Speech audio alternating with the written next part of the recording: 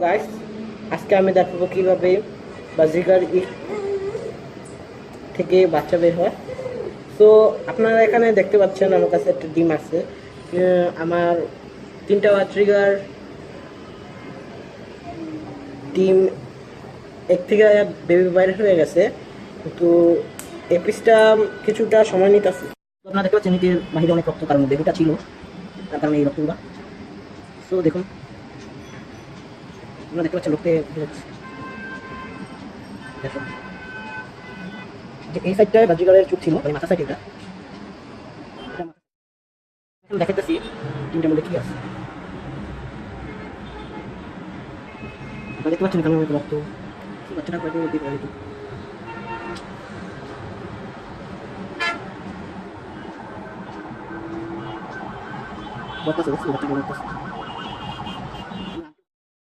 আমি এখানে দেখাইতেছি ওটা ভিতরে কি আছে।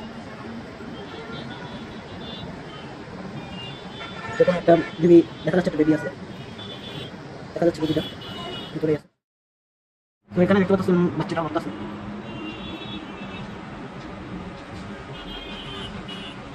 দেখতে পাচ্ছেন। তো একটা বাচ্চা কিছুই কাম না, বাচ্চা একটা বাচ্চা হয়ে গেছে, কিন্তু বাচ্চাগুলো একটা মারা গেছে, কারণ মাথা স্পেস পাচ্ছে না। আর এটা আমি অনেকটা বের করে দিছি ওর খোসাটা।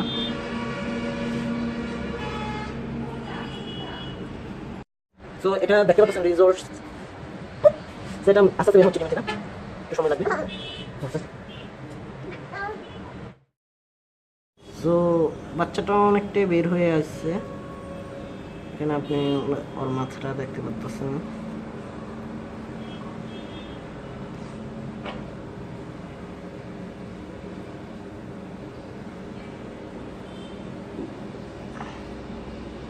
এটা অনেকেই দেখে বলতে পারেন যে বাচ্চাটাকে মেয়েরা ফেলতেছে, পোলা কিরকম।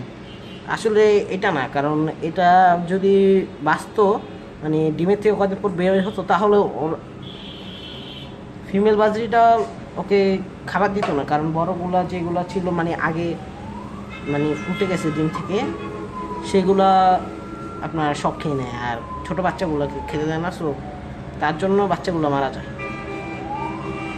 সো দেখতে পাচ্ছেন জ্বর হচ্ছে,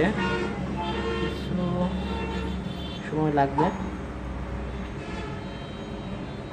দেখুন, যদি আপনারা দেখেন যে ডিমের কুসুমটা, যেটা কুসুম থাকে ডিমের, সেটা ওর পেটের মধ্যে থাকে। দেখুন এই যে পেটের মধ্যে কুসুমের জায়গার অংশটা আসছে।